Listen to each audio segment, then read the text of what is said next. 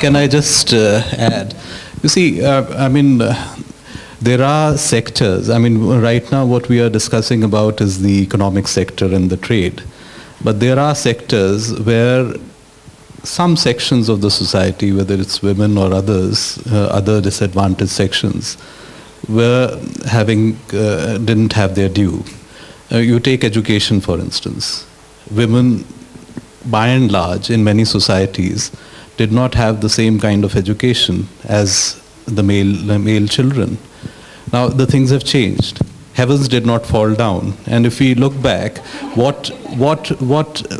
whether as a society we have benefited from it or whether we have lost from it. You take the political space. There are better representations, either constitutionally or otherwise, which have been given to certain sections. In India now, in the local bodies, to the women, 33%.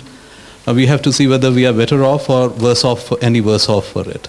So I think even the thing that there is some danger looming at large, you know, if there is a greater role in women empowerment through trade, etc., it's a misconception, even if we see with reference to the increasing role of women in other sectors on earth. Thank you. We're having a battle of the microphones here. Go ahead. Go ahead. Sorry. I'd just like to pick up on the trade issue. I'm from the Pacific Islands Forum Secretariat. We represent small island countries in 4 different trade negotiations, and because ITC is the child of the WTO, I'd like to go back to a WTO type discussion. One of the challenges I really have in my work is how you integrate women and women's empowerment into trade negotiations. And I often see a lot of material about the detrimental effects of trade liberalisation on women. I don't believe it. Trade liberalisation creates opportunities for all companies, therefore women companies must be involved in it, but I don't see any research on it. And when I look for practical ways to improve women's empowerment through trade negotiations and trade agreements, there's nothing.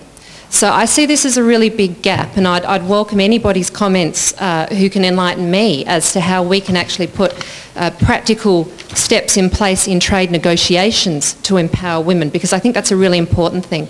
My second issue on the topic of the WTO, and again this is for perhaps Meg and ITC, is the child of the WTO. One of the really useful development things the WTO does, and they do it in partnership with the Forum Secretariat, is run training courses. And of course we want women on training courses about trade negotiations. In the Pacific, women's fertility rates, about 6-7 children per woman on average. I recently had a nursing mother who wanted to bring her child to a WTO training course, and so naturally I got in touch with the WTO and said, can you pay for an infant ticket? The cost of the infant ticket was slightly less than the per diem they were offering, and the per diem, that's exclusive of accommodation. I was told that nursing an infant is a private matter, and the WTO would not provide support for this woman to bring her child to the conference. Now, I was horrified. I attempted to follow up and I said, can I speak to the person in charge of your gender program at the WTO so I can raise this with them? They went silent. I resent the email. I got no response.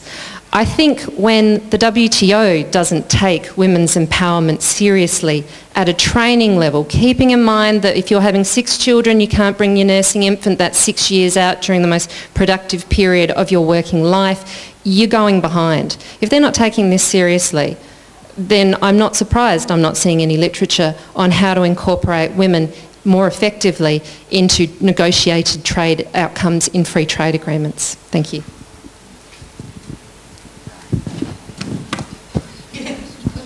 That's for you.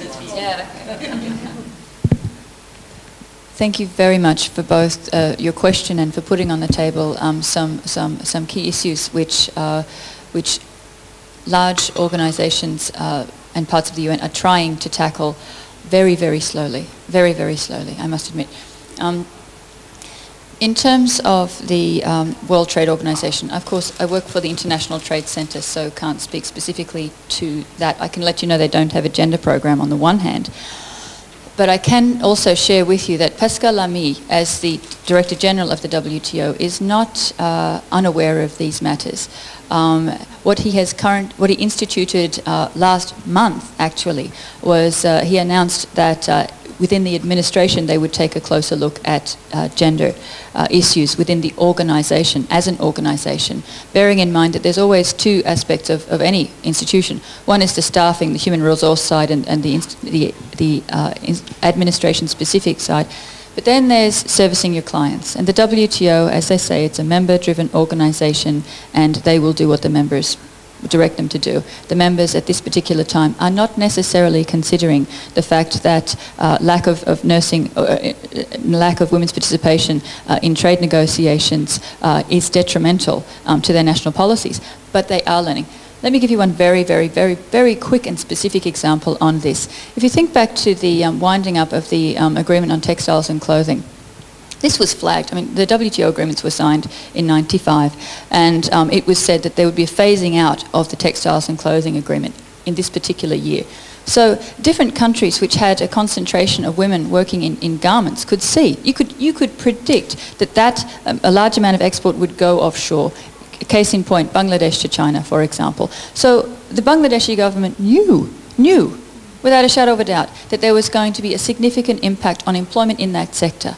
But the question they look at it from an employment in that sector, and they stop there. They don't go down to look at as men and as women, and to think about ways that they can put in place retraining skills, retraining programs for women. If you think about the impact of the financial crisis, the topic of this forum, on women's participation in employment. I mean, think about Cambodia. They lost $80,000 jobs once again in the garment industry from September to March. September last year to March this year, they lost 80,000 jobs in the garment industry. But the knee-jerk kind of Keynesian response to getting the economy going again is to invest in construction. Roads, hospitals, this kind of thing. But is this actually going to address women's unemployment? Not at all. I mean, if you have significant unemployment in garment industries and you stimulate the construction sector, this is not going to solve your problem, So there are serious issues there. Just with the WTO training programs, WTO has started to listen. They are next week organising at the WTO Public Symposium the first ever high-level panel on gender and trade ever that the WTO has ever. It's the first thing they've actually ever done at that level. ITC worked with them in 2008 to look at the gender dimension of the enhanced integrated framework. If you'd like to know more about that, I'd encourage you to speak to Florence Kata. Florence, if you want to just raise your hand, because Florence knows all about that. I won't go on about that. But I can let you know that quietly, with governments, because it's a member-driven organisation, we are trying to secure the support of governments when we look at how to take these issues to be discussed in the context of WTO. There is, in July next, this is all for all of you to know, because in your respective geographies, this is something you can advocate for with your governments. In July next year, there will be a global review of aid for trade. This looks specifically at how aid monies are spent on trade and what is the impact. And what we're doing next month, on the 25th of October, is organising a panel on the gender dimension of aid for trade, to look at issues, firstly, to highlight the cases where aid monies have been spent on trade through empowering women and empowering trade, and how that has had a very positive impact on poverty alleviation, for example. But we need to also highlight issues that you've presented on, for example, women's participation in inclusive policy discussions. And that's certainly something I'd actually invite you to come and be part of this roundtable that we're going to be holding next month, to look specifically at those issues. You'll only have women's issues recognised in trade policy when women have a seat at the table. I'm sure if the Bangladeshi garment workers had been at any stage incorporated in those discussions, they would have said, hello, what are you going to do with us in 5 years' time? There would have been a response to that in there. Just to say that your question is rather provocative, and it is one that I have been grappling with, because I have political oversight for FTAs for my country and also within the Caribbean community. And we're in the process of negotiating a trade and development agreement with Canada. Canada is requesting a side agreement on labor and environment. And it's very interesting to see the response of the heads of government in relation to the labor agreement. Mostly because there is a model that has been used by the Canadians, which is very punitive. And in their bilaterals with countries that do not subscribe to core ILO labor standards, there are severe consequences. But as you made your comment and posed the question, I wondered whether some sort of labor agreements, side labor agreements in FTAs, looking at it from a new and different perspective, might not go some way in dealing with some of the gender issues. Because I easily see a link between productivity level, for example, and women who are content in ensuring that their children are taken care of. So the case is not so far-fetched. If you have women in your labor force and they are mothers and they're also head of households and they're going to be worried about who's going to pick up the children, who's going to do what.